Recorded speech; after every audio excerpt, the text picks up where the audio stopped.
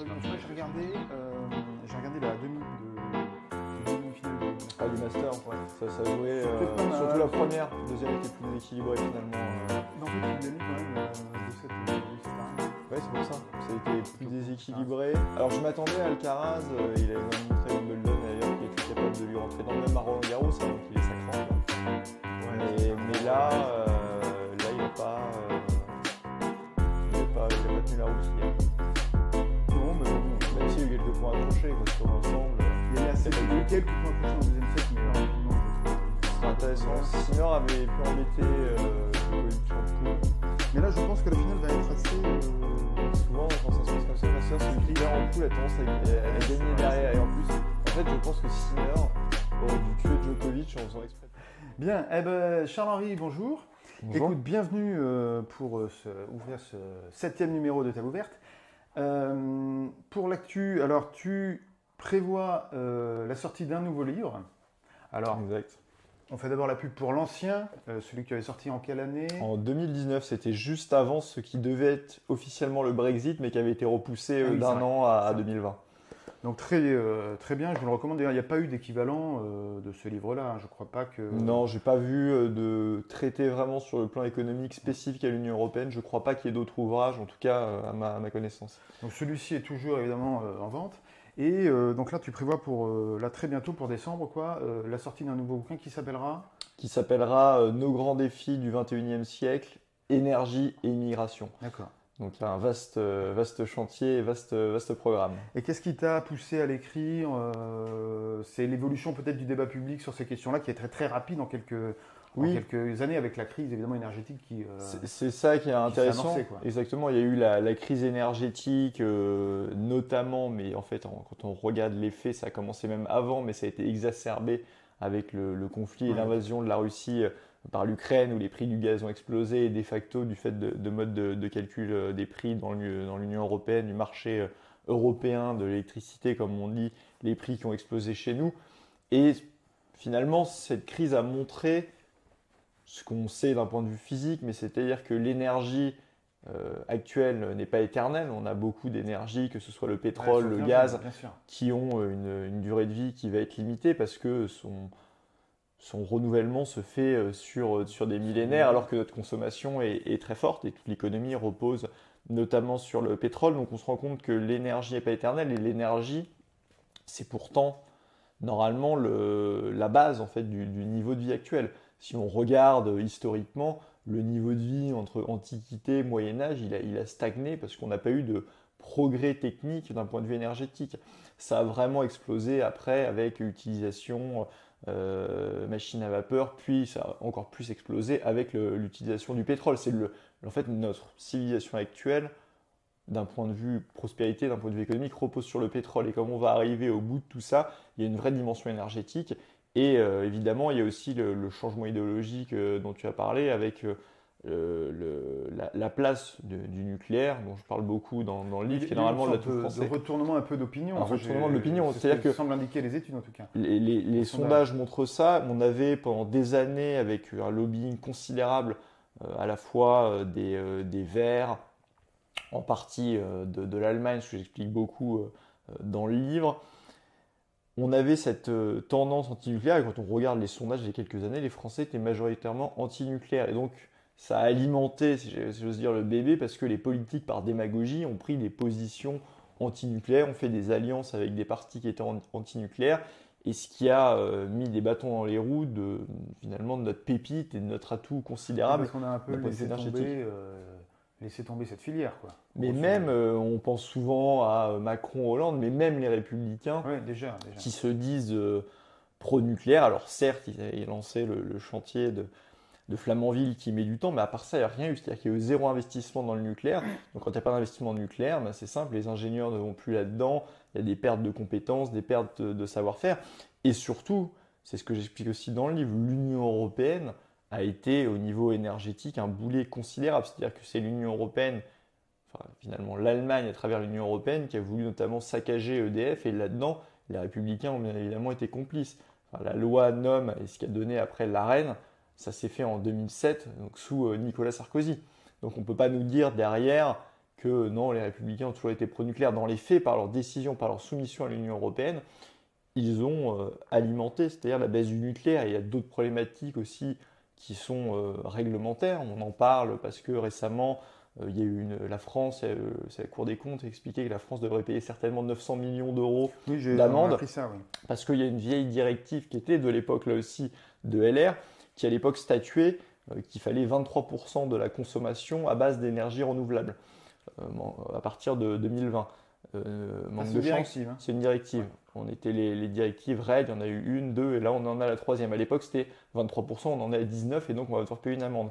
Il faut bien se rendre compte que ça a été voté, c'est une directive de l'Union européenne. Maintenant, la dernière version, c'est pas 23%, c'est 42,5% d'énergie renouvelable à horizon 2030. Il y a une sorte de conspiration contre. Oui, et il y a aussi une schizophrénie de nos gouvernements, parce qu'il y a Agnès Pannier-Runacher, il y a Emmanuel Macron qui vous disent maintenant c'est bon, j'ai compris la leçon, on relance le nucléaire. Mais en fait, comment voulez-vous relancer le nucléaire quand vous avez un objectif d'avoir 42,5% d'énergie renouvelable à horizon 2030 Et donc demain. Le combat pour l'énergie, on va dire, en tout cas pour à la fois la baisse du prix de l'électricité et la nucléarisation de la France, qui répond à donc, deux objectifs, à la fois avoir une énergie abondante, peu chère et aussi décarbonée, ne pourra pas se faire dans le cadre de l'Union européenne. Quoi. Grosso modo, c'est la conclusion. J'explique au niveau énergétique là où on en est, le fait qu'évidemment j'explique au niveau historique et autres que c'est par l'énergie qu'on a ce niveau de vie-là, cette prospérité, que sans énergie, il n'y a pas d'industrie. J'explique qu'au niveau économique et social, en fait, la clé pour la France, c'est la réindustrialisation. Si on veut en finir avec le chômage, si on veut avoir une économie prospère, ça passe par la réindustrialisation, mais il n'y a pas de réindustrialisation sans énergie bon marché. Donc tout ceci est lié et c'est évidemment clé. Et j'explique aussi toute la cabale qui a été faite contre le nucléaire, qui est notre principal atout. Et effectivement, dans le dernier chapitre, j'explique que pour reprendre le contrôle en fait, de notre politique énergétique, ça n'aura pas lieu dans le cadre de l'Union européenne qui nous met des bâtons dans les roues à la fois vis-à-vis du prix de l'électricité dans le cadre du marché, mais qui nous met aussi des bâtons dans les roues dans notre mix énergétique qu'on devrait normalement décider souverainement. Et il y a évidemment une cabale anti-nucléaire parce que les Allemands ne peuvent pas supporter que la France ait une énergie qui soit bon marché et potentiellement qui soit une concurrence importante à leur industrie. Et l'Allemagne a visé depuis, mais c'est dit d'ailleurs par les anciens PDG d'EDF, notamment Henri Proglio, Jean-Bernard Lévy et d'autres, eh bien qu'il n'y aura pas en fait dans le cadre de l'Union européenne cette reprise en main énergétique dont la France a besoin. Et donc évidemment c'est ce que j'explique aussi à l'intérieur et je donne aussi une sorte de méthode, j'en suis pas seulement sur les constats de ce qu'il faudrait faire pour la France et ça a été dit, ça passe évidemment par le nucléaire. Et alors la seconde partie c'est sur l'immigration. Alors comment tu articules les deux? Parce que vu comme ça on comprend bien effectivement que ce sont les deux sujets de préoccupation majeur, en tout cas très important au niveau à la fois européen et même français, mais comment les deux s'articulent? Alors, quel est parce qu'on voit pas, je pense que les gens ne voient pas comme ça d'emblée le lien qui peut unir les deux. Alors, moi je parle surtout de la France, même quand on raisonne globalement avec les phénomènes démographiques et même au niveau énergétique, l'énergie et l'immigration, que ce soit immigration ou émigration finalement, vont être les deux grands défis au niveau mondial, c'est même pas qu'au niveau français.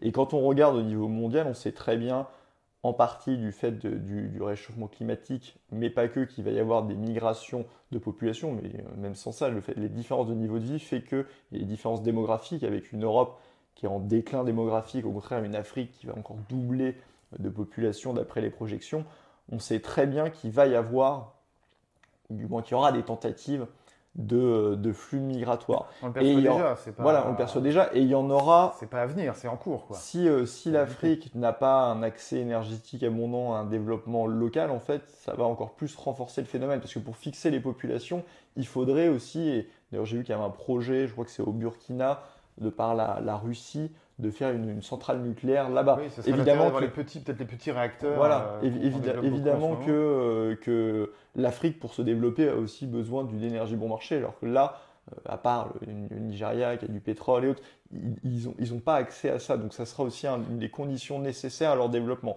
Et sinon, effectivement, on va avoir des tentatives de flux migratoires. Et de toute façon, ce que j'explique aussi dans le livre, c'est que là, quand on regarde la démographie, en fait, l'immigration actuelle, et qui est déjà insupportable pour déjà des pays comme la France qui ont beaucoup d'immigration, finalement, c'est une sorte de mise en bouche, de goutte d'eau avant un raz-de-marée.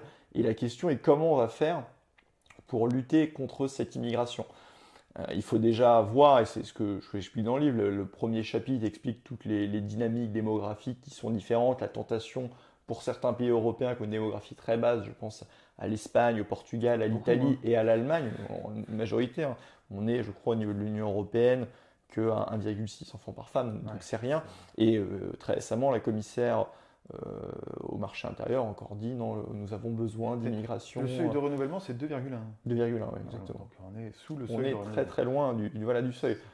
Et donc il y aura une tentation économique et autres à faire venir plus d'immigration. Mais j'explique dans le deuxième chapitre que les niveaux d'immigration actuels posent déjà un problème fondamental en fait pour la France, d'un point de vue de délinquance, mais d'un point de vue simplement d'assimilation et d'intégration. Parce que si on peut assimiler des individus, et la France l'a très bien fait, elle s'est vantée pendant des années de faire des petits Français en fait de chaque immigré qui arrivait, et finalement c'était une force aussi de la France. Quand on a des d'immigration, comme c'est le cas l'année dernière, à 500 000 personnes par an, il est évident qu'on ne peut pas assimiler, mais on ne peut même pas intégrer en fait ces gens-là. Pour que les gens se rendent compte, 500 000 personnes par an, c'est plus que la ville de Toulouse, qui est la 4e ville de France. En 2 ans, c'est plus que la ville de Marseille, qui est la 2e ville de France. Et en 4 ans, vous avez grosso modo la ville de Paris. Donc c'est-à-dire qu'on a fait venir, en un quinquennat Macron, plus de personnes que la ville de Paris. Évidemment qu'on ne peut pas assimiler en fait les gens, et ça pose de multiples problèmes déjà pour la société française, et on a déjà un niveau d'immigration qui est insupportable, qui est alimenté par ailleurs, parce que c'est un autre chapitre, par une problématique avant qui était quasiment inexistante, qui était celle du droit d'asile, où avant on parlait de même pas 1000 personnes par an, il y avait personne dans les années 70, maintenant on est à 130 000 personnes par an, avec une filière finalement qui est d'immigration économique à part entière, avec toute une économie derrière, avec les passeurs qui font venir, des ONG qui vont chercher auprès des côtes africaines, qui font les taxis des migrants, et derrière vous avez aussi des associations, bien souvent d'ailleurs subventionnées en plus, c'est un scandale, par le gouvernement, par la mairie de Paris ou autres, qui eux vont faire... Aussi, oui, exactement, oui. Qui vont carrément faire des scénarios pour les migrants, parce qu'il y en a plein, de toute façon ils sont sans passeport, ils viennent même pas de pays en guerre, et ils leur expliquent qu'ils doivent dire soit qui viennent de minorités, qui sont persécutés dans leur pays, qui sont de tel ou tel pays en guerre, ou qui sont homosexuels persécutés. Enfin, il y a tout un tas de scénarios qui sont écrits par ces associations pour faciliter l'obtention du droit d'asile. Et de toute façon, la réglementation européenne fait que derrière, même s'ils sont déboutés du droit d'asile, le retour doit être volontaire, c'est la fameuse directive retour, et donc ils restent. Et donc vous cumulez tout ça, et vous vous dites qu'évidemment ça va être ingérable. Maintenant, la question c'est comment on arrête les flux migratoires qui soient illégaux ou légaux. Et ce que j'explique, c'est que là aussi, comme dans le cadre de l'énergie, donc quand même pour les 2 grands défis qui attendent la France, à chaque fois l'Union européenne est un boulet. Et pour le cadre de l'immigration illégale, c'est assez clair. Je veux dire, dans le cadre de Schengen et le peu de travail que fait Frontex, véritable passoire, en fait, tout le monde peut venir à partir du moment où ils ont posé le pied en Italie, en Grèce ou en Espagne, qui sont les principales routes migratoires pour nous, ils peuvent aller en France du jour au lendemain sans aucun contrôle. C'est d'ailleurs aussi pour ça m'amuse, je vois chaque jour Gérald Darmanin maintenant qui fait sa communication pour dire on a expulsé telle ou telle personne. Quand vous cumulez le tout, en fait, on arrivera à 8% d'application des OQTF. C'est absolument ridicule, en fait c'est quasiment le niveau actuel. Mais suite à l'attentat d'Arras, il fait sa communication en arrière. Mais bref, en tout cas, moi je suis favorable, évidemment, et je le dis dans le livre, je prends toutes les mesures qui doivent être faites pour arrêter l'immigration, je les explique, mais à chaque fois on va se heurter à l'Union européenne. Pour ce qui est par exemple d'expulser les fichiers S, les EQTF, les délinquants, en fait ça ne sert à rien de le faire dans le cadre de l'Union européenne et de Schengen. Dans l'espace Schengen, vous les expulsez du jour au lendemain, ils peuvent revenir encore une fois par l'Espagne, ils peuvent revenir par n'importe quel pays en fait. Ils arrivent, ils mettent le pied là-bas, il n'y a pas d'absence de contrôle en frontière, ils reviennent en France, ce qui est déjà arrivé plusieurs fois, et il me semble que c'était même arrivé pour un membre de la famille de Tchétchènes qui avait assassiné Dominique Bernard. On sent bien que tout est organisé pour faire en sorte que les choses ne soient jamais réglées, quoi. Exactement, et même au niveau de l'immigration légale, favorisée par l'Union européenne, Le principal pourvoyeur d'immigration légale, c'est le regroupement familial. Alors certes, c'était Valéry Giscard d'Estaing à l'époque, mais il faut savoir que maintenant, c'est gravé dans le marbre par une directive de l'Union européenne. Donc c'est-à-dire que si demain, en France, vous vouliez revenir sur le regroupement familial en disant on a une niveau d'immigration qui sont telles que là, il faut arrêter, un moratoire où on arrête complètement, c'est impossible dans le cadre de l'Union européenne. Donc on voit que toute la législation européenne est pour l'immigration. Donc dans le cadre de l'immigration, j'entends certains qui disent qu'il faudrait gérer ça à l'échelle de l'Europe, etc. Mais quand vous prenez les traités européens, les textes européens, ils sont tous immigrationnistes. Et donc il faut être au bout d'un moment lucide. L'Union européenne n'est pas la solution pour l'immigration, c'est au contraire le problème principal. D'accord, bon bah très bien. Très bien, donc le livre sortira, donc Énergie et Immigration, en décembre, préfacé par Olivier Delamarche. Olivier Delamarche.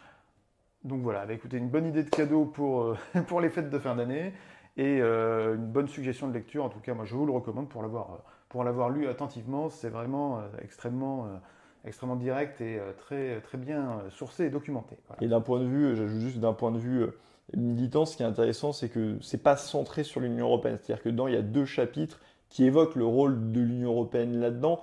Donc ça permet, notamment pour votre entourage, on parlait de cadeaux de Noël tout à l'heure, pour votre entourage, des gens qui peuvent être intéressés, parce que c'est les sujets majeurs, on sait que les sujets énergétiques et migratoires intéressent beaucoup le grand public, d'amener des gens vers la question européenne par l'énergie et l'immigration, où finalement la majorité du livre est vraiment centrée là-dessus, sur la question énergie et immigration. Extrêmement concret. Bonjour. Bonjour François, content de te revoir. Bonjour François. Salut Charles-Henri. Bonjour Kylian. Salut Jean-Baptiste. Asseyez-vous. Donc bonjour à tous. Donc nous sommes le dimanche 19 novembre. C'est le table ouverte numéro 7 avec François, Charles-Henri et Kylian. Nous avons déjà parlé un peu donc, du livre à paraître de Charles-Henri. Nous allons peut-être un peu continuer un peu là-dessus. Je vous invite à pousser notre vidéo, à mettre un pouce vers le haut évidemment, à vous abonner et à commenter pour aider notamment au référencement. Voilà. Je vous remercie. Alors, au sujet de l'immigration, comme nous avons tout à l'heure parlé, puisque ton livre, ta deuxième partie de ton livre repose sur ce sujet-là, on a appris là récemment que, à cause, évidemment, le Proche-Orient occupe un peu la scène internationale, peut-être un peu trop d'ailleurs, on aura peut-être l'occasion de discuter de ça tout à l'heure. On a appris que maintenant il y avait cette espèce d'idée d'amener en France, enfin pas qu'en France, en Europe de façon générale, les réfugiés gazaouis essentiellement, ou palestiniens de façon générale, en Europe. Alors ça c'est la grande idée qui vient de sortir, on ne sait pas très bien ni pourquoi ni comment. Qu'est-ce que vous en pensez ? Ça paraît quand même étonnant de prime abord. On nous dit souvent que le conflit pourrait s'embraser par solidarité arabe, que les pays alentours pourraient entrer en guerre contre Israël. Si on parle de solidarité, je pense que ça devrait commencer par ça. Et donc il serait normal, et notamment dans une optique de retour, parce qu'un réfugié normalement a vocation à retourner dans son pays une fois le conflit terminé. Ça me paraîtrait plus logique que des pays voisins comme l'Égypte accueillent ces réfugiés gazaouis. En fait, on a l'impression qu'à chaque fois qu'il y a un conflit dans le monde, ça devrait être une obligation morale de l'Europe d'accueillir les réfugiés. Enfin, je veux dire, le Japon n'accueille pas de réfugiés ou à un niveau infinitésimal. Les États-Unis n'accueillent pas de réfugiés. La proximité géographique, là, est douteuse. Je veux dire, quand c'est les pays du Maghreb, encore il y a d'autres pays africains qui pourraient les accueillir. On peut se dire que l'Europe est la partie du monde la plus proche. Là, c'est pas du tout le cas. Donc, ça pose beaucoup de problèmes. Et c'est évidemment un phénomène qui alimente l'immigration de masse parce que, et j'en ai parlé quand j'évoquais mon livre, le droit d'asile a été largement dévoyé. À partir du moment où on ouvre une nouvelle filière, un nouveau pays, vous avez des gens qui vont arriver même d'Afrique noire et qui vont dire qu'ils sont réfugiés palestiniens. Mais je veux dire, c'est très bien décrit dans le livre de Douglas Murray, L'étrange suicide de l'Europe, où lui, il a été, c'était à l'époque de 2015, vraiment le pic du phénomène suite à la Syrie. Il était dans les camps à Lesbos, il expliquait très bien que tous les réfugiés en fait n'avaient pas de passeport, il y avait plein de gens qui venaient pas du tout de Syrie et ils arrivaient, ils expliquaient tous qu'ils étaient syriens. Donc là, on va avoir le même phénomène et c'est très inquiétant parce qu'on est déjà au niveau français à des niveaux d'immigration qui ne sont pas supportable en fait pour le pays. Et c'est pas de toute façon un service à rendre à ces gens-là. Si c'est pour qu'ils arrivent et qu'ils vivent dans un camp porte de la Chapelle ou qu'ils soient exploités à travailler au noir, enfin il n'y a rien d'humain, il n'y a rien de il n'y a rien d'enviable pour ces gens-là, évidemment. Je ne sais pas si c'est très sérieux, en fait, comme, Non, comme mais proposition, parce que ça vient essentiellement d'Israël, par ce que j'ai compris. en fait, déjà, bon, les pays voisins, notamment la Jordanie, en ont déjà accueilli beaucoup Oui. les Palestiniens. Et ça s'est mal passé. Oui. Puisqu'il y a même eu en C'était Jordanie des septembre répressions. noir, c'est ça Exactement, avec des répressions sanglantes des Palestiniens qui représentaient une part extrêmement importante de la population jordanienne. La Jordanie est un pays peu peuplé par ailleurs, contrairement à la Syrie et l'Égypte qui ont une capacité d'absorption plus importante. Donc il y en a déjà un peu partout, il y en a en Liban. Donc déjà, ils n'en veulent pas. En réalité, ils vont jamais le dire comme ça, mais ils n'en veulent pas. Deuxièmement, pour la cause palestinienne, si tant est-ce qu'on soit partisan de la cause palestinienne, ce qui est entendable éventuellement, c'est pas vraiment une bonne opération, puisqu'en fait, Eux, ce qu'ils veulent, c'est rester. moins il y a de Palestiniens, moins la cause palestinienne aura de légitimité, disons, démographique et populaire à être. Et c'est probablement plutôt faire les affaires de l'État d'Israël que de faire les affaires de la cause palestinienne. Enfin, après, c'est une Mais ça crée plus de perdants que de gagnants, ça c'est sûr. Il y a quand même un problème sécuritaire aussi, c'est-à-dire Oui. que dedans, vous pouvez avoir des gens du Hamas, il peut y avoir des attentats commis en forcément. France et en Europe. Donc, c'est ce qui s'est passé aussi lors de l'affaire syrienne. Des gens qui arrivent, qui avaient fait partie du conflit sur place. Et donc, il y a un risque sécuritaire. Je suis désolé qu'un État responsable ne devrait pas prendre.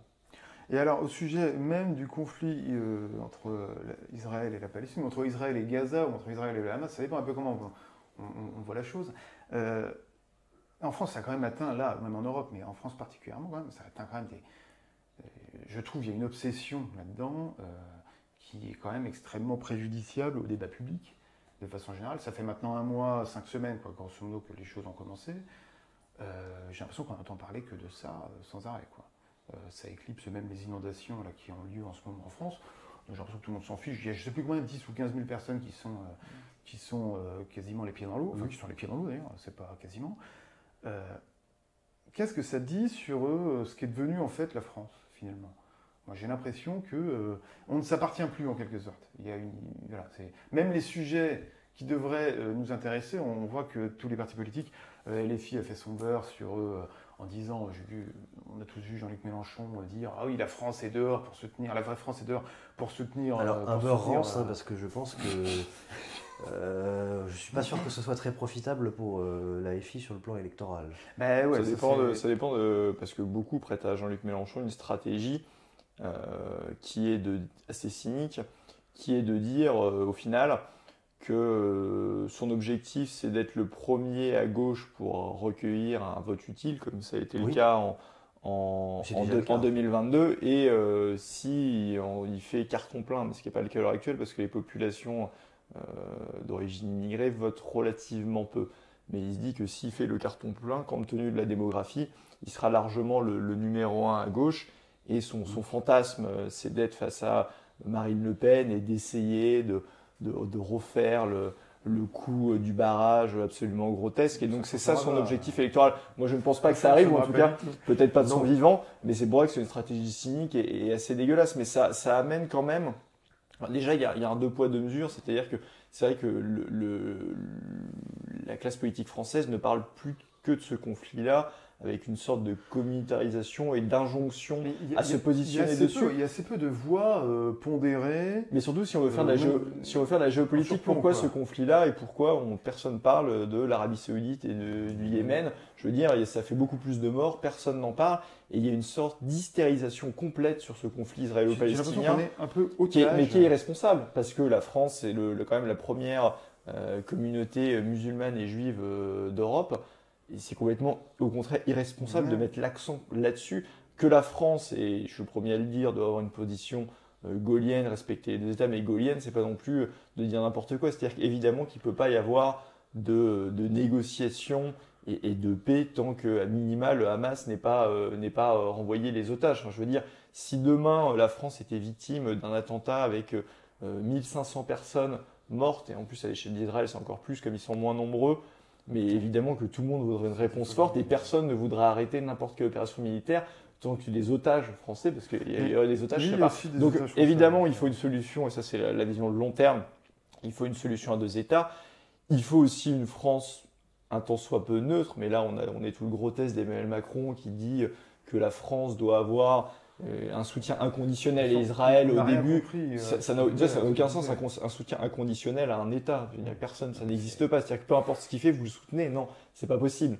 Et donc il y a ça. Derrière, il fallait une coalition contre le Hamas. Maintenant, il est là, au contraire, à demander un cessez-le-feu. Donc il y a une position qui est complètement inaudible, alors que la France devrait garder sa position de long terme, de neutralité, de paix, mais évidemment, de demander un cessez-le-feu. Mais un cessez-le-feu ne peut pas être non plus sans condition, et l'une des conditions principales, ce devrait être normalement la libération du Hamas, voire la libération des otages, pardon, voire la cessation d'activité du Hamas pour vraiment pouvoir amener une solution à deux États entre Israël et la Palestine. Mais là, on importe ce conflit en France, on n'est pas du tout à la pondération, on est sommé de prendre parti pour un camp ou l'autre, et c'est à la fois grotesque d'un point de vue géopolitique, mais c'est aussi très dangereux d'un point de vue franco-français, et on voit avec notamment l'explosion des actes antisémites en France qui posent réellement question sur ce que devient la société française. Qu'en penses-tu, François? Il y avait un bouquin qui était intéressant, j'ai oublié l'auteur, qui s'appelle Système 1, Système 2, les deux vitesses de la pensée. Et typiquement, les réactions absolument hystériques qu'on a pu observer, c'est un marqueur du système 1 de pensée, c'est-à-dire un système purement limbique et qui ne réfléchit pas. Et c'est le système qui est utilisé pour faire, par exemple, les manipulations, etc. Alors, c'est un système qui a son utilité dans la nature, on n'a pas le temps de réfléchir, il faut réagir rapidement.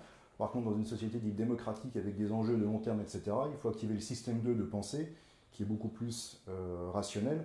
Et donc, ce que ça dit sur la société, c'est qu'il faudrait qu'on arrive collectivement à plus développer le système 2 pour ne pas tomber dans cette espèce d'hystérie qu'on pressent, avec forcément une polarisation, où on peut être soit pour l'un contre l'autre, soit pour l'autre contre l'un, mais pas moyen d'avoir une position intermédiaire, dire bon, bah, là il a tort, et comment est-ce qu'on converge à une solution commune. Donc ça peut être un lien, notamment avec les réformes autour de l'éducation nationale qu'on pourra aborder plus tard. Oui, bah, on n'est pas prêt d'avoir un système 2, malheureusement, vu comme les choses tournent à ce point de vue-là.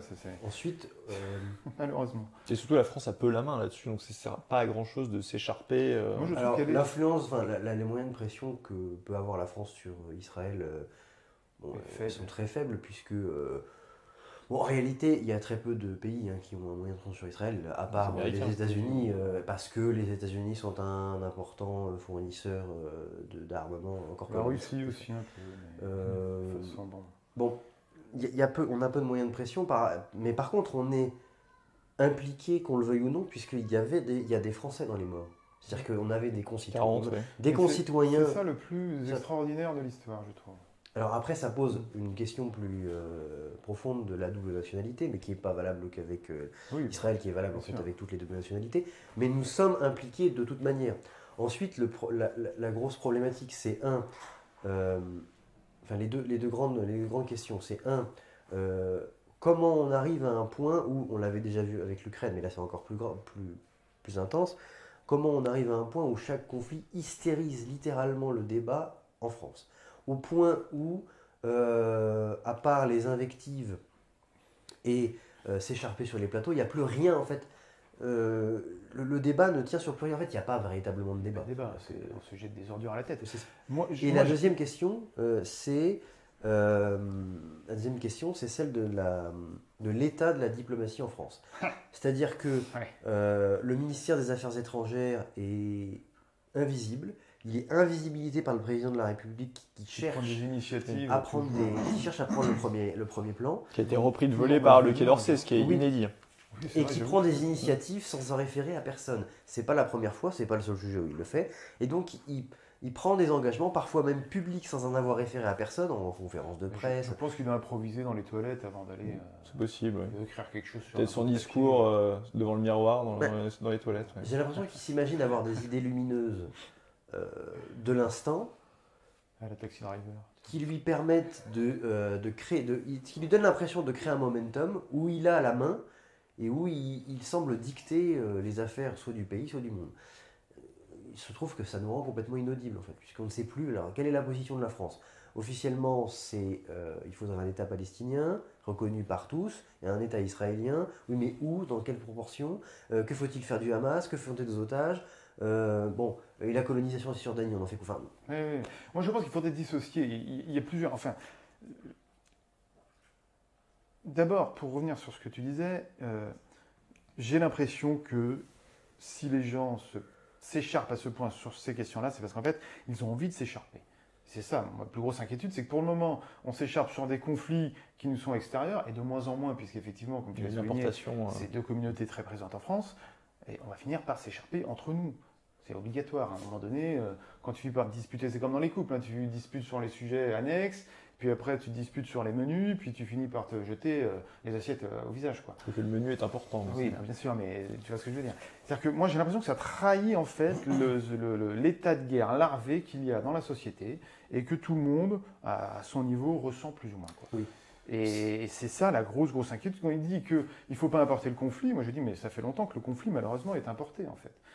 Il ne faut pas importer le conflit, mais il faudrait peut-être ne pas importer les gens qui ont intérêt à ce qu'il soit justement alimenté. Donc là, on rejoint sur la question migratoire. Et après, sur la question stricto sensu de Israël et Palestine, tout est fait pour être mélangé. Et on l'a vu là particulièrement, je trouve ça extrêmement cruel et extrêmement, indigne. C'est-à-dire qu'à la base, le fait générateur, là, alors, on ne va pas remonter jusqu'à 1948, ni même jusqu'à la première alia de la fin du 19e, mais le fait générateur, c'est le 7 octobre. Voilà. Le 7 octobre, le Hamas a commis un acte abominable, point barre. Voilà. C'est ça le fait générateur. Oui. Après, il y a une réponse qui peut être disproportionnée d'Israël, on est d'accord.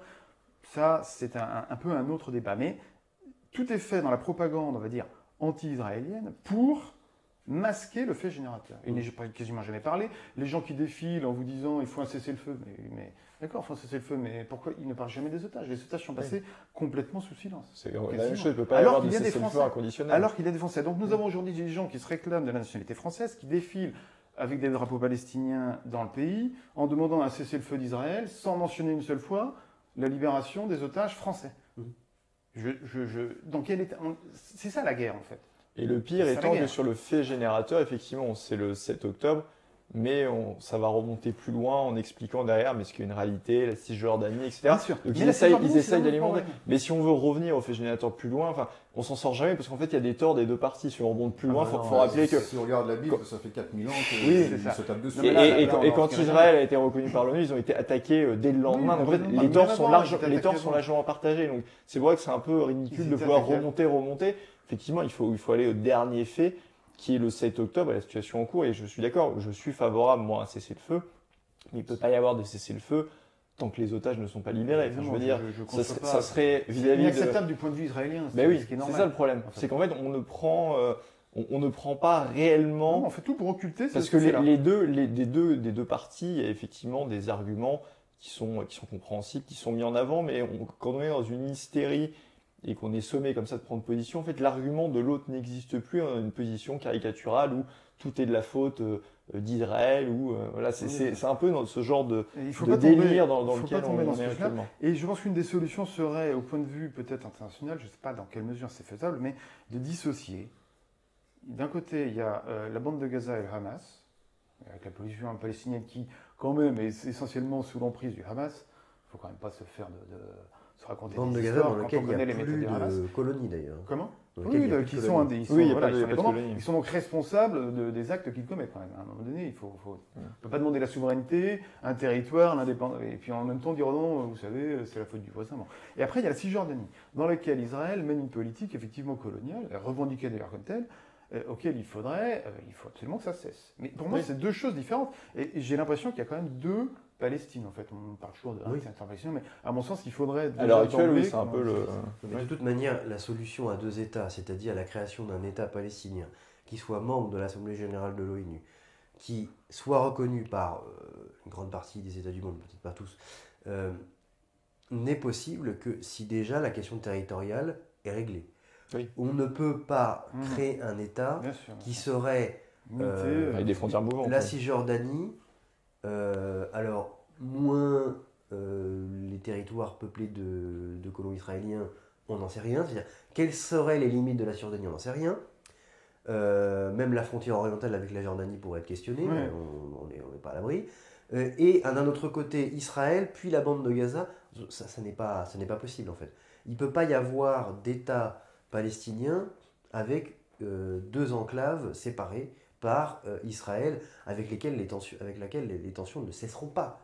C'est-à-dire que, et là, le conflit s'est tellement enraciné et est tellement devenu violent que même en cas d'existence de deux États, il y aura toujours probablement des escarmouches à la frontière.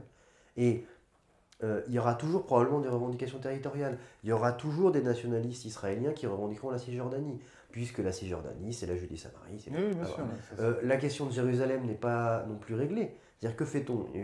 On va diviser la ville en deux, entre donc, la Jérusalem-Ouest qui deviendrait la capitale d'Israël et Jérusalem-Est qui deviendrait la capitale de la Palestine, alors qu'actuellement l'autorité palestinienne est plutôt à Ramallah. Mais en fait, c'est pas sérieux. C'est pas un statut sérieux. Berlin n'était pas un statut définitif pour la ville. On savait que ça finirait un jour par être corrigé. Bon, c'est pareil avec Jérusalem. Donc, quel statut faut-il envisager? Un statut international, de cité-État en fait, on a tellement perdu de vue la possibilité d'un règlement du conflit que ce qui va se produire, de toute manière, c'est que, eh bien, c'est le rapport de force qui va jouer. Donc, c'est la partie israélienne qui va l'emporter. En fait, je ne comprends même pas ce point de vue-là, le positionnement de la gauche. Oui, si on est dans le rapport de force, c'est évident que c'est Israël qui va l'emporter. Maintenant, pour une solution à deux États, de toute façon, on sait que la France, qui serait indépendante, neutre, pourrait jouer de son poids, mais fondamentalement, ça ne pourra avoir lieu que si la Russie, la Chine et les États-Unis sont d'accord sur le sujet et puissent mettre une pression telle sur les deux acteurs que ça arrive. Il ne peut pas y avoir d'autres solutions et d'autres alternatives. Alors, il y a également eu dimanche dernier un reportage de Zone Interdite qui a fait pas mal de bruit. Donc Zone Interdite qui passe sur M6, je crois. Qui était donc sur l'éducation nationale, grosso modo, alors je n'ai plus l'intitulé exact, mais c'était l'effondrement de l'éducation nationale, avec des témoignages quand même assez accablants. Je ne sais pas si vous l'avez regardé, moi je l'ai regardé avec attention. Qu'en avez-vous pensé?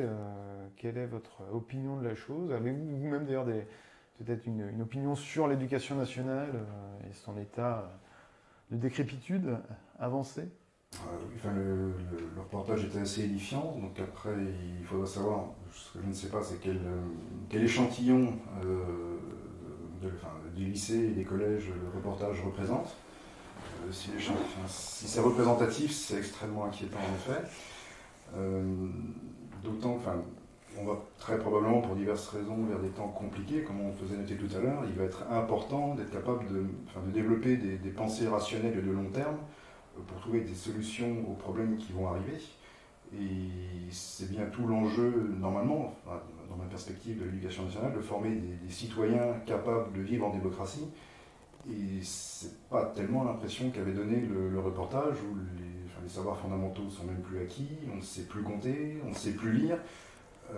Comment élaborer une pensée et une stratégie dans un monde complexe quand on ne sait même pas compter et faire des constats de base sur des phénomènes. Effectivement, parce qu'il s'est conjugué à ça la révélation, donc il y a eu les examens de 4e, c'est ça? Oui, Gabriel Attal qui a fait un commentaire. Les choses ont tellement changé depuis que moi-même j'étais au collège, depuis que nous-mêmes étions au collège, que je ne sais plus très bien où ça en est, tout ça. Et donc les résultats sont calamiteux, quoi. Grosso modo, le niveau des élèves de 4e est un niveau de primaire, quoi. Pour faire court, grosso modo. Donc c'est-à-dire qu'on a perdu au minimum 2 ans. 2 ans de niveau, de primaire de notre époque, en tout cas de la mienne. On a l'impression qu'il n'y a pas de pilote dans l'avion, quoi. Mais non, il n'y a pas de pilote dans l'avion et c'est une lente, parce que ça, pour être honnête, ça ne date pas que de Macron, c'est une lente dégradation scolaire. Je pense qu'il y a plusieurs raisons objectives à cela. La première, c'est évidemment la question des savoirs fondamentaux, même de la méthode, où on a pendant des années voulu imposer l'espèce de pédagogisme et des méthodes qui ne fonctionnent pas. Il suffit de regarder un petit peu, on adore le faire sur le plan économique, on adore vouloir nous comparer à l'Allemagne et autres. Il faut regarder quand même les pays qui fonctionnent d'un point de vue éducation.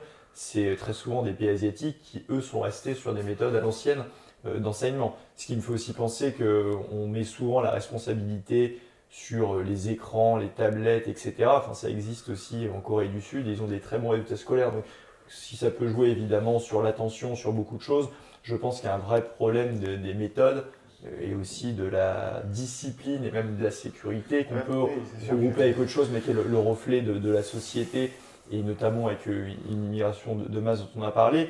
Il y a aussi quand même un point fondamental, c'est quand même le niveau des professeurs qui ont été déclassés en France. D'ailleurs, quand on regarde les classements, les professeurs sont très mal payés et ça se ressent. C'est-à-dire que maintenant, qui avec un peu de niveau, du fait du déclassement salarial des professeurs, veut faire ce métier.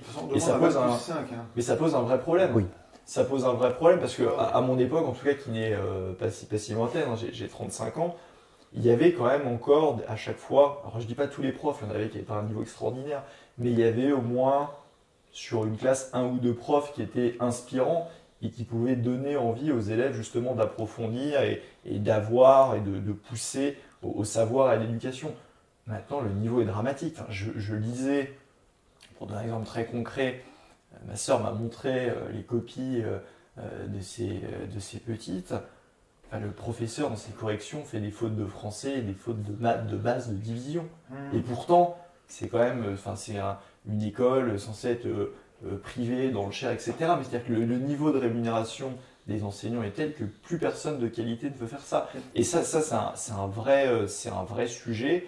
Et à part peut-être quelques grands lycées, le niveau en fait des professeurs est en chute libre. Et donc il y a deux aspects, je pense, sur lesquels il faut insister si on doit vraiment résumer. C'est à la fois le retour aux savoirs fondamentaux avec des méthodes traditionnelles et évidemment la question de la rémunération pour attirer des talents au niveau des professeurs, parce que sinon on n'y arrivera pas. Pourtant, le budget de l'éducation nationale reste le premier budget. Oui, mais il y a de l'administratif, parce que comme pour les hôpitaux, il y a tout un tas de trucs qui ne servent à rien.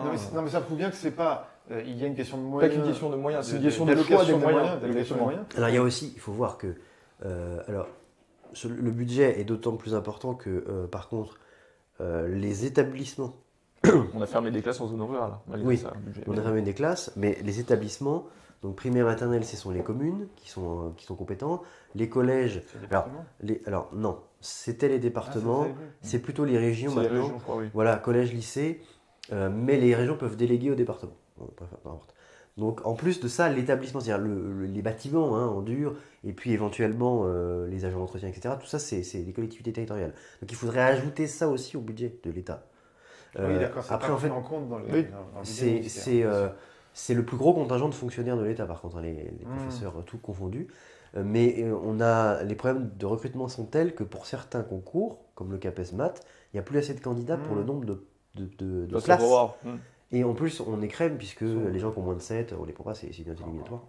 Quand les gens sont mauvais en maths, ils ne se destinent pas à devenir professeur de maths. Hein, c'est inévitable. Alors, ce qui est amusant, c'est qu'on n'entend pas tellement d'ailleurs, à ce point de vue-là, pour boucler un peu avec ce que nous disions tout à l'heure, les tenants de l'immigration nous dire qu'il faudrait demander des professeurs burkinabés.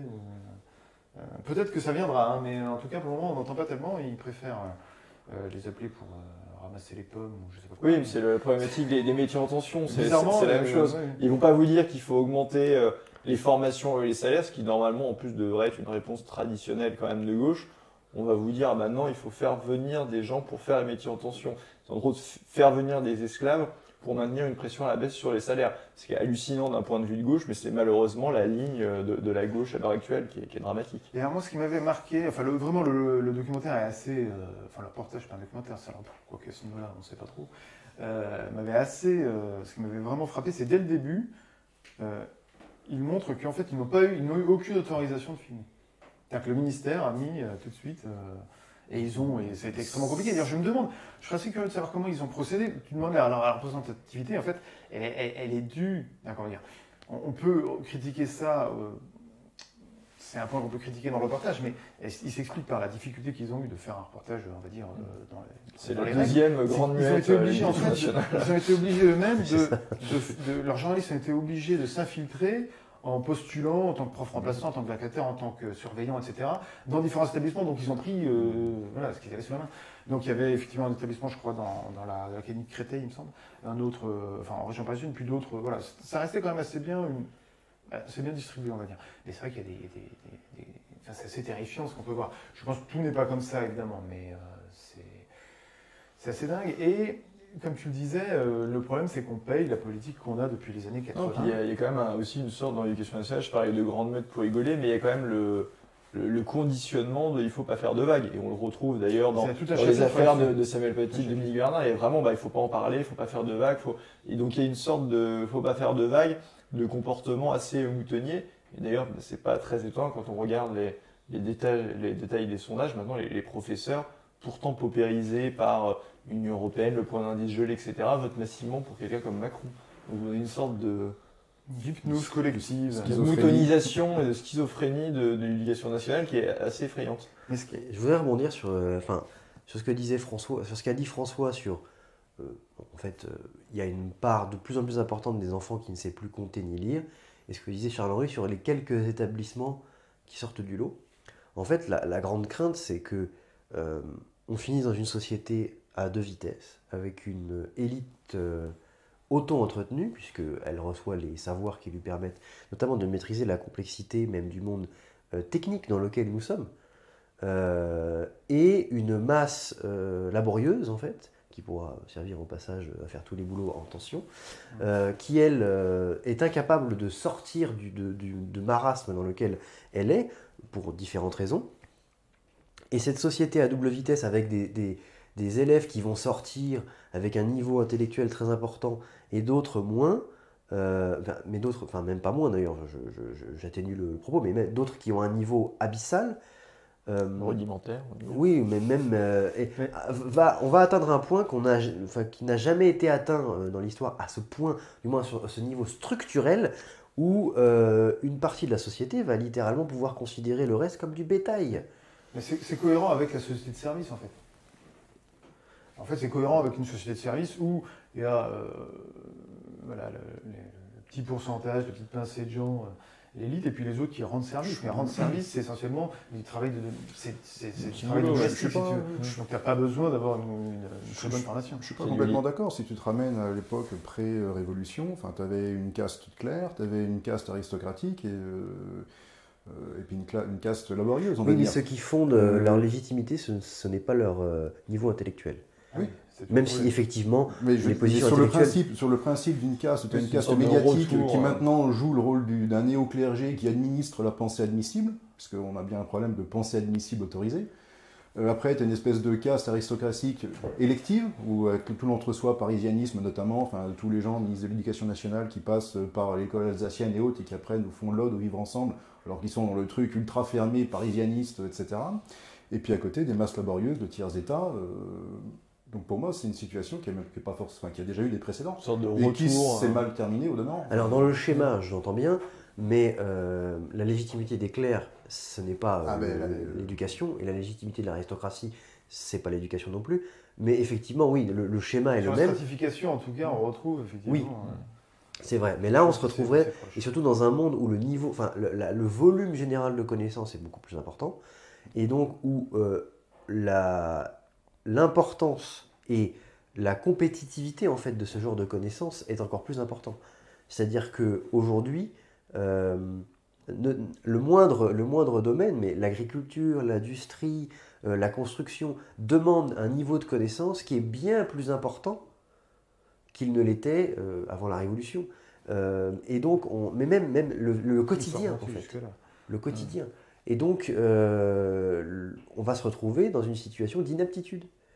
Des gens seront inaptes à accomplir des tâches même considérées comme simples au quotidien, dans un environnement qui, lui, est en voie de complexification. Ouais.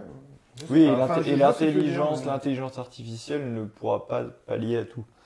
Et parce qu'il y a une sorte, il y en a qui nous disent c'est pas grave, la technologie va pouvoir compenser les manques. Mais je veux dire, l'humain reste humain, il n'y a rien de nouveau sous le soleil. Et effectivement, ça va poser des problèmes, soit de de relations, d'interaction, un problème déjà de niveau de vie et un problème aussi de sécurité. Vous pouvez mettre toute l'IA que vous voulez, hein, je veux dire, la sécurité 100% ça n'existe pas, et donc ça va poser tout un tas de problèmes, hein, et le premier étant celui de la cohésion nationale, qui effectivement peut rappeler des temps assez troublés. Oui, je pense que effectivement c'est la première inquiétude, c'est celle-ci, c'est on va, à mon sens, comme vous le soulignez tous les deux, vers un délitement, un effritement, comment dire, c'est comme les tissus qui sont trop usés au milieu. La France va ressembler à une sorte de tissu troué, quoi. Un peu l'archipélisation de la France. Ouais, on parle Fourquier, même si c'est sur bon différents domaines, mais c'est un peu l'idée. Et quel niveau de richesse pour une France dans cet état, en fait? Quand une grande partie de la population... C'est une structure de pays de tiers-monde, hein. Oui, concrètement. Société de services, désindustrialisée. Une petite élite et des îlots de richesse urbanisés par-ci par-là. Et puis tout le reste, c'est la débrouille. Et puis voilà. Et d'ailleurs, il y a des parallèles à faire entre les intérêts, on va dire, de la caste supérieure et l'euro, on va dire, parce que finalement, dans les anciens pays colonisés, le franc CFA joue plus ou moins le même rôle que l'euro chez nous. Oui. C'est-à-dire que ça donne un pouvoir d'achat démesuré à la caste qui est au-dessus et ça paupérise toutes les castes qui sont en dessous. Mais du coup, les castes dirigeantes, elles, en bénéficient, donc évidemment, elles en font la propagande et en tirent le bénéfice, au détriment de tout le reste.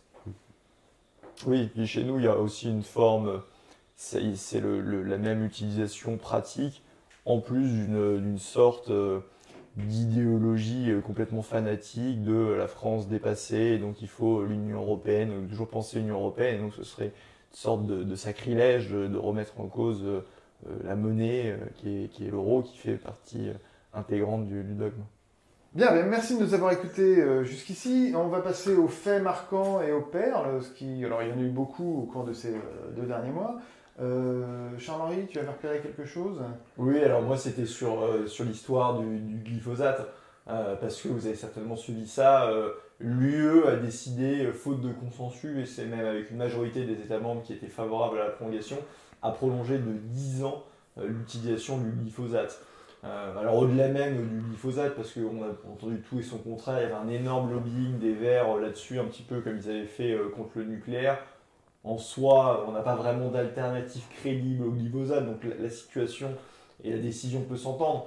Mais ce qui n'est pas normal, c'est que ce n'est pas la France en fait qui décide, et surtout Emmanuel Macron qui avait fait campagne, quoi qu'il arrive, même si l'Union européenne ne veut pas, au niveau national on va l'interdire, finalement il se couche évidemment devant l'Union européenne, et c'est aussi drôle pour nos amis quand même d'Europe Écologie, les Verts, qui eux sont encore plus pro-Union européenne quasiment qu'Emmanuel Macron, et qui bizarrement ne vont rien trouver à redire quand c'est l'Union européenne qui décide ça. Alors évidemment, s'ils vont faire une esclandre en disant c'est pas normal, etc., mais ils ne remettront jamais en question le principe en fait de l'Union européenne.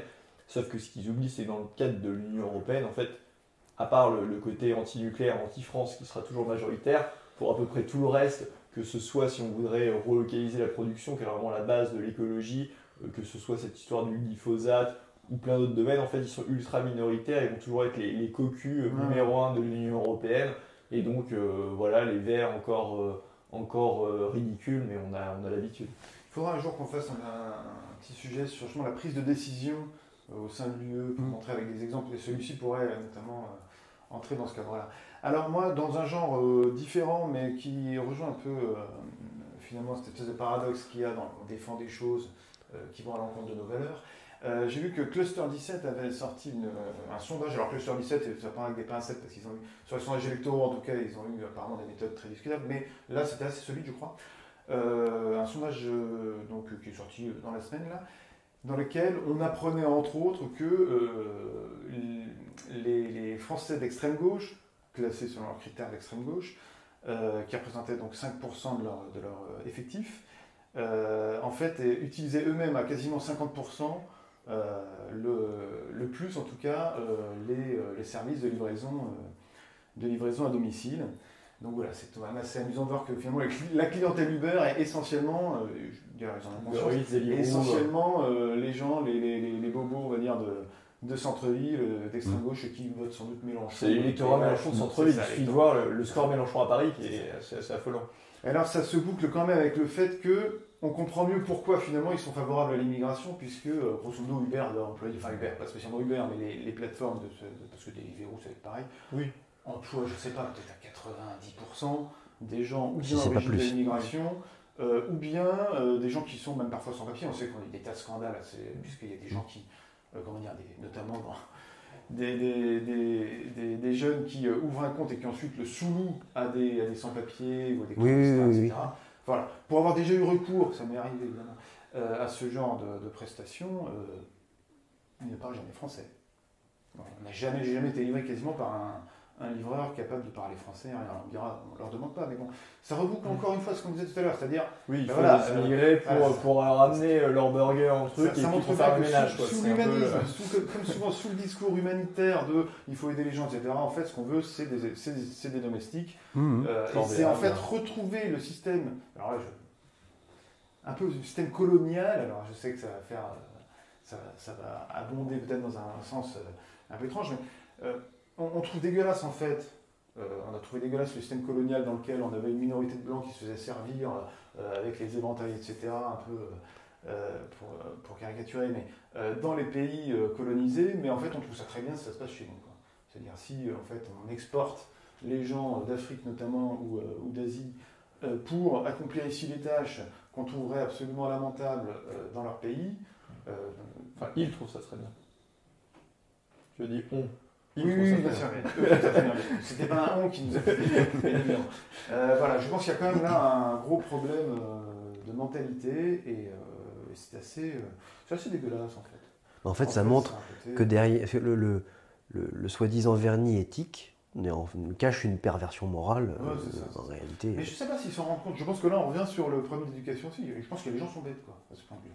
Il y en a qui en ont conscience, mais il y en a d'autres qui ne voient pas, qui ne font pas le lien, en fait. Ils ne font pas le lien entre les deux, quoi. Voilà. François ? Oui, alors on avait parlé un peu d'éducation et peut-être des difficultés de discipline. Ça rejoint une notion, on va dire, un peu de l'autorité. Par exemple, la perle récente, ça peut être le film de Camélia Jordana, je crois qu'elle s'appelle, qui retrace l'affaire Traoré. Donc, je sais plus à la limite. le film, en revanche. Je ne sais pas. Le navet.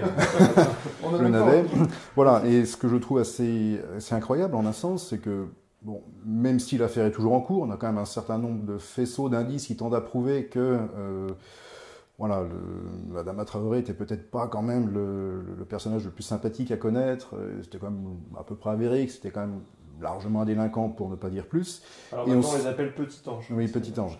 Et quelque chose qui est assez extraordinaire, c'est que finalement, on a donc quelque part des gens qui ont financé un film pour promouvoir la défiance de l'autorité, et ce film obtient des subventions publiques, qui normalement devraient représenter l'autorité. Donc c'est quelque chose qui me semble assez profondément schizophrène, de financer quelque chose qui montre la défiance à l'autorité qu'on finance. Enfin, je trouve ça pas très logique. Le film a fait un flop. Oui. Voilà, complet. donc ça veut dire que... quelque chose qui n'est absolument pas rentable. Bon, ça, à la limite... Oui, mais que ce soit, voilà, à la limite que ce soit un particulier ou quelqu'un qui prend ses risques, qui produit un film, et voilà, mais que de l'argent public de nos impôts soit impliqué là-dedans, je trouve ça beaucoup plus contestable. Oui, ça recoupe, ce qu'on disait, des associations qui ont favorisé l'immigration illégale, en fait, donc on finance des choses qui détruisent la France, en fait. Oui, je pense que ça contribue quand même. Les Français vont pas forcément signer ça, pas penser ça, mais ça crée quand même une atmosphère qui fait que ça fait basculer les gens.